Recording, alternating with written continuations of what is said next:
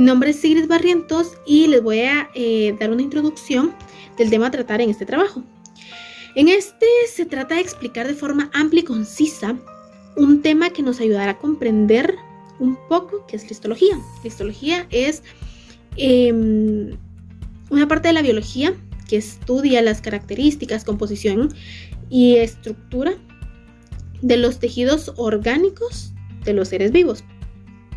También tiene como finalidad el que se tenga un buen aprendizaje de los elementos vasculares y no vasculares, como también del movimiento del floema.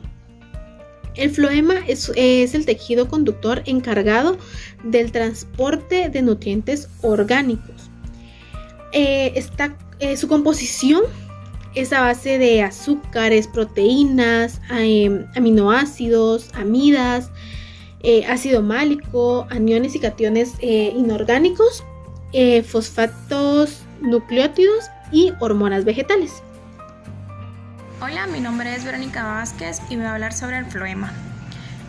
El floema está íntimamente asociado con el xilema, formado en el sistema vascular de la planta. El floema es el tejido conductor encargado del transporte de nutrientes orgánicos, especialmente los azúcares, producidos por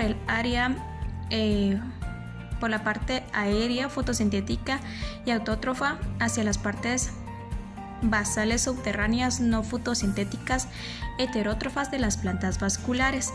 Se reconocen dos tipos de floema, el primario y el secundario.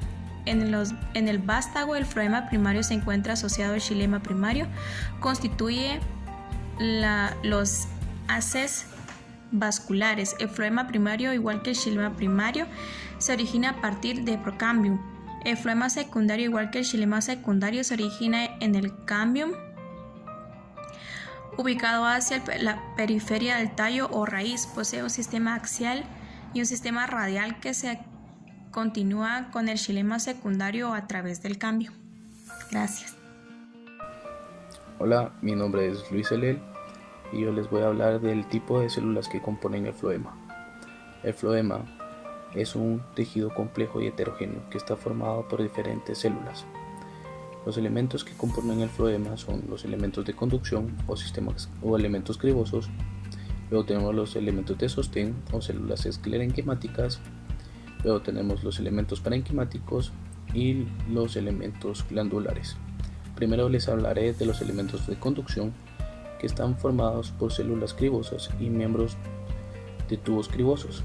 La principal función de este tipo de células es la de conducción de nutrientes a larga distancia. Luego tenemos los elementos de sostén, que están formados por células que son fibras y esclereidas.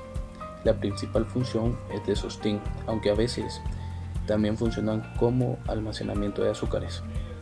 Luego tenemos elementos parenquimáticos, que están formados por células acompañantes, células albuminosas y células parenquimáticas axiales y radiales.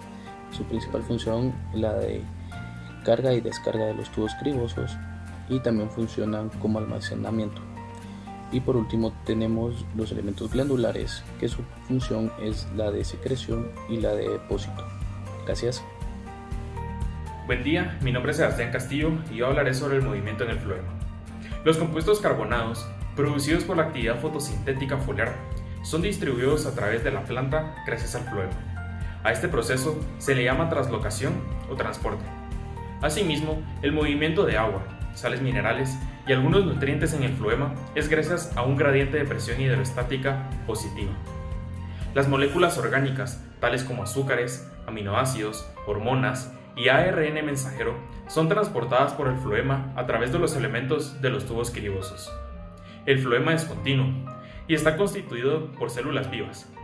Los elementos que la componen se conectan a través de paredes terminales perforadas llamadas placas cribosas. A diferencia del transporte por el xilema, el transporte a través del floema es un proceso que requiere energía, es decir, es dependiente de la actividad metabólica de las células del floema. Gracias.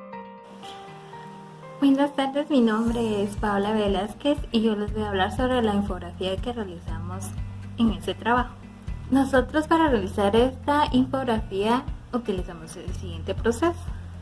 De primero, nosotros recopilamos la información importante y la colocamos de manera resumida, ya que el espacio pues tampoco es muy grande. También escogimos una paleta de colores para que todo fuera en orden y mucho más estético.